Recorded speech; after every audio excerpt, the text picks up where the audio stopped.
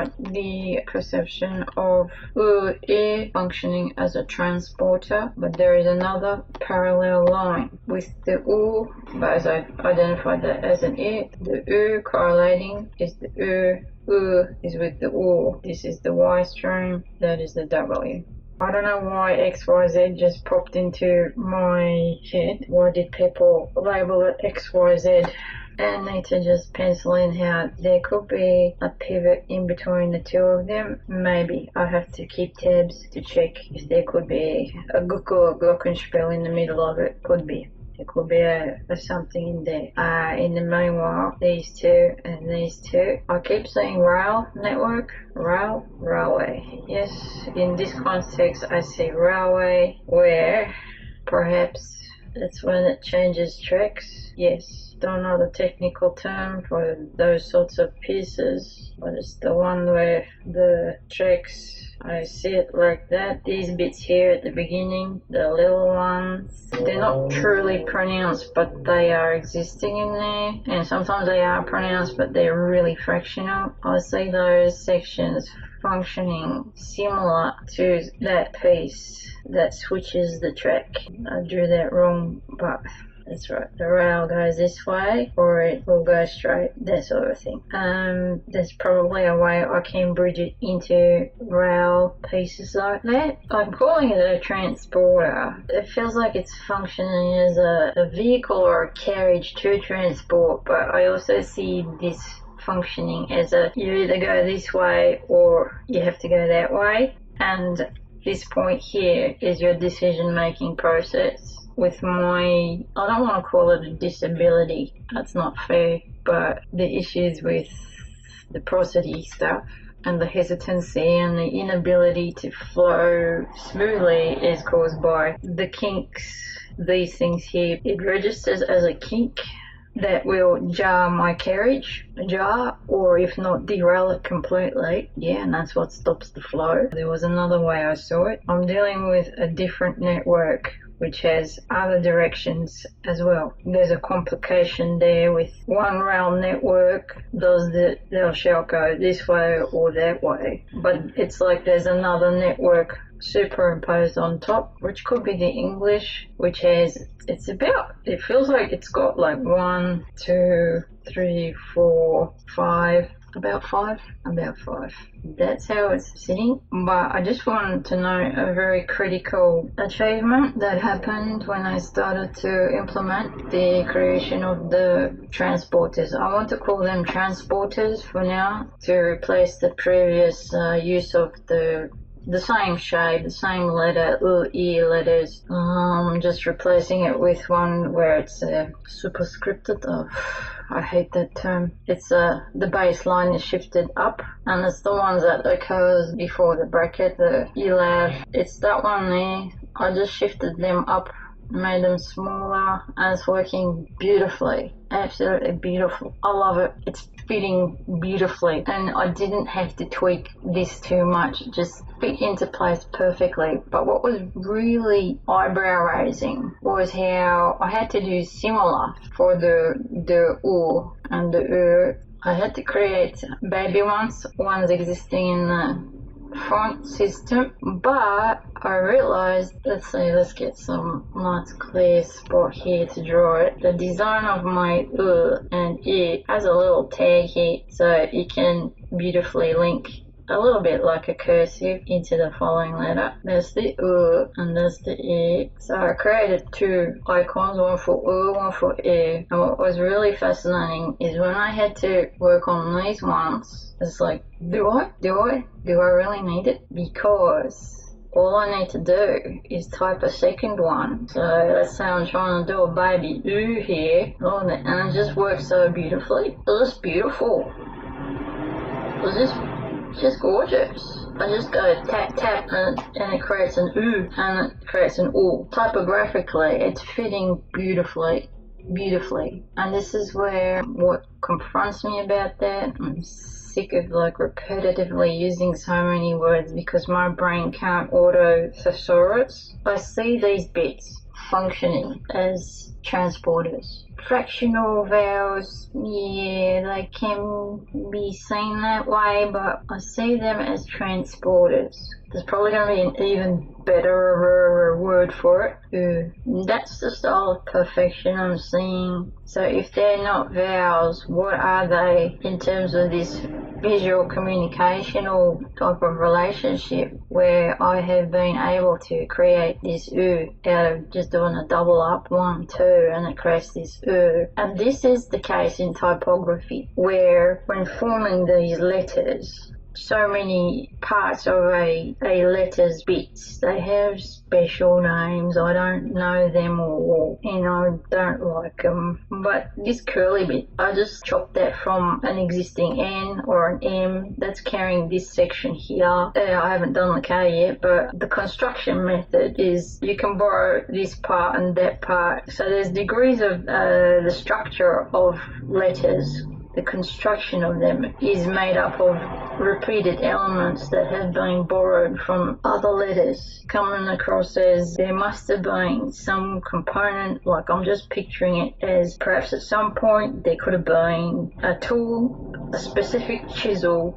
that created an O or a C, or those who do the typography stuff, I don't have to explain it, you already know it, because that's how you are constructing things. So I can picture it as chisels of a certain imprint, just like how I saw it here. And this is where it is linking or bridging with design. Those who created these shapes in the past would have gone through a similar process as what I'm going through. You've got this existing design, but you identify another sound, which sounds a bit like this one over here, so let's create. And I'm just wondering if this is how U was invented, but I'm not sure. I'd have to go into the story of that W, where it was drawn like that, but was there ever a point where it was like that? And then you got your VV dramas, the VV drama. Not gonna go there, that's a bit too contentious for right now. I can handle it, but this was just so beautiful when that happened.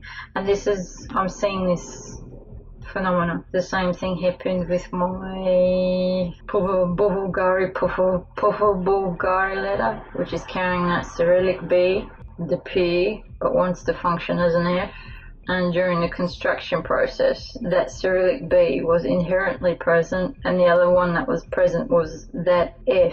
Cyrillic F was also present, and that was like a visual coincidence thing in the design side of it, but I don't see it as a coincidence for me from the perspective of design, visual communication. They are directly related, but it's like someone just wrote it off as a coincidence, and they are welcome to continue with that belief when I am experiencing otherwise. It's like I've got a direct portal. I can see it, read it, feel, sense it through the construction process within the discipline of design. What does this mean? What does that mean? What does this mean? What does that mean?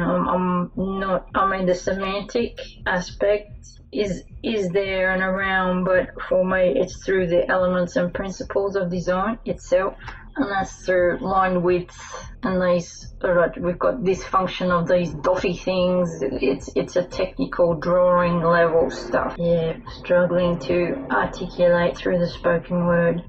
I guess I'm okay. I just can't really speak beyond layperson level with my mouth on the fly in English or Turkish. However, it's feeling right through the composition. It's as though the only language where it feels just about right or getting there, headed in the right direction, is through this work. It takes me to a good place. From this, I experienced the phenomena of, sort of digress. The name Sean emerged. Sean. I don't know why the name Sean emerged. It just popped into my brain, and this work made me perceive it in my mind as Sean, yeah.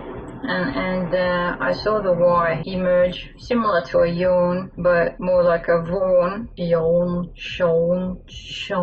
And when that happened, I bridged it into the j. Sorry, that was the j, but that's still connected. It's still relevant. Jaune, and then it's like that's a John. Shown, yawn. That's a yarn spelled with a J, but there's probably another version with a Y or a H or something. Sean, John, John, and then John emerged, John, and then the Turkish John is the same name.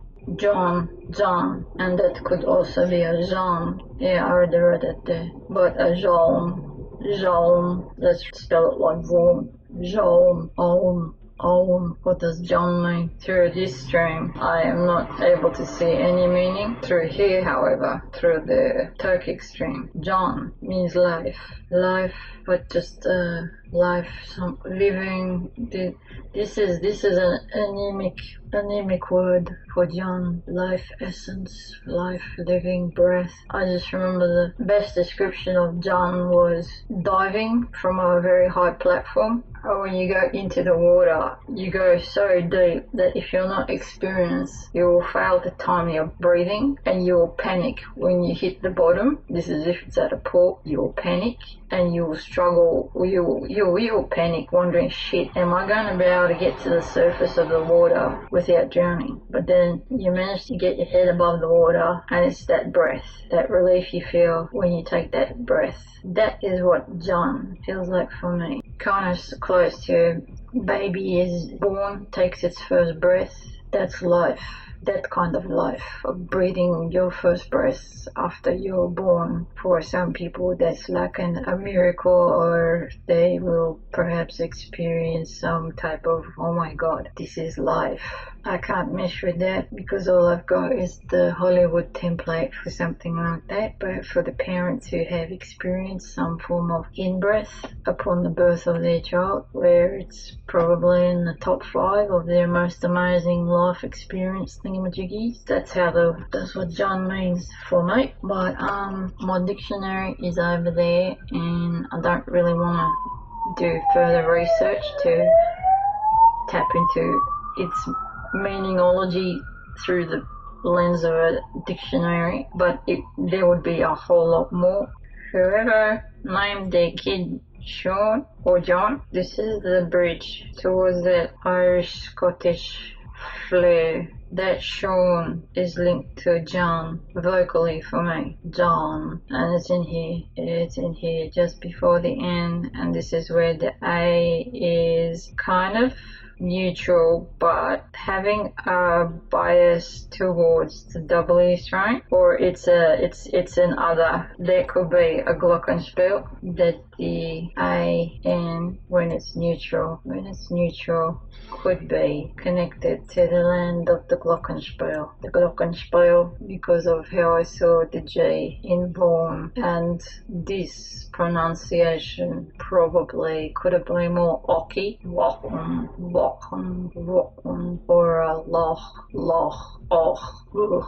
it's in that territory towards the back of the throat. Not quite W and not quite Y clean. This is where the A is kind of a bit of an unknown, or it's a different culture compared to the realms of the E, U, and just confirming the oscillation. There is an oscillation index here between these two, where E will sound like an U will sound like an U. Therefore, the fact that we've got this coincidence of this was an E and this was an E, but somehow the E thought it was an U, and visually there is a direct relationship there that represents that phenomena. I had to document that because when I was trying to outline the story of this stuff, I was feeling self-conscious of,